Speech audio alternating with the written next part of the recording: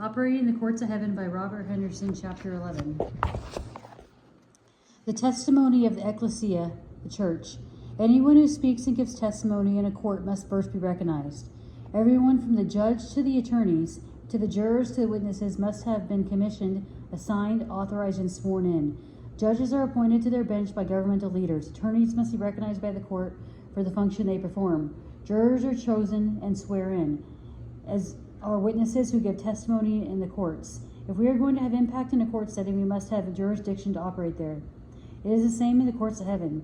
We are told that the church of the firstborn is registered in heaven for operations in the courts of the Lord. In other words, we as the church, the ecclesia, have been granted a voice in the court system of heaven. Hebrews 12:23 shows us this. To the general assembly and the church of the firstborn who are registered in heaven, to God the judge of all, to the spirits of just men made perfect. Hebrews 12:23. We as the church of the firstborn have been registered in the courts of heaven, and therefore have been granted a jurisdiction in the courts.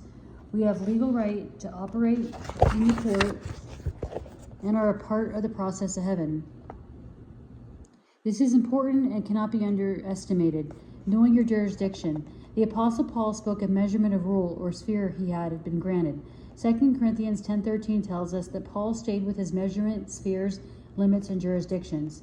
We, however, will not boast beyond measure, but within the limits of the sphere which God appointed us, a sphere which especially includes you. 2 Corinthians 10:13. If we are to be effective and protected, we must stay within the sphere that has been granted to us by God. The word in the Greek for sphere is metron. It means a measure or a limited portion.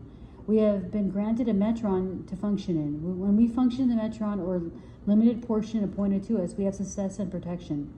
As mentioned in another chapter, there are varying levels of court operations in heaven, just as there are criminal courts, small claims courts, civil courts, and other expressions in earth. So in heaven there are different dimensions of courts.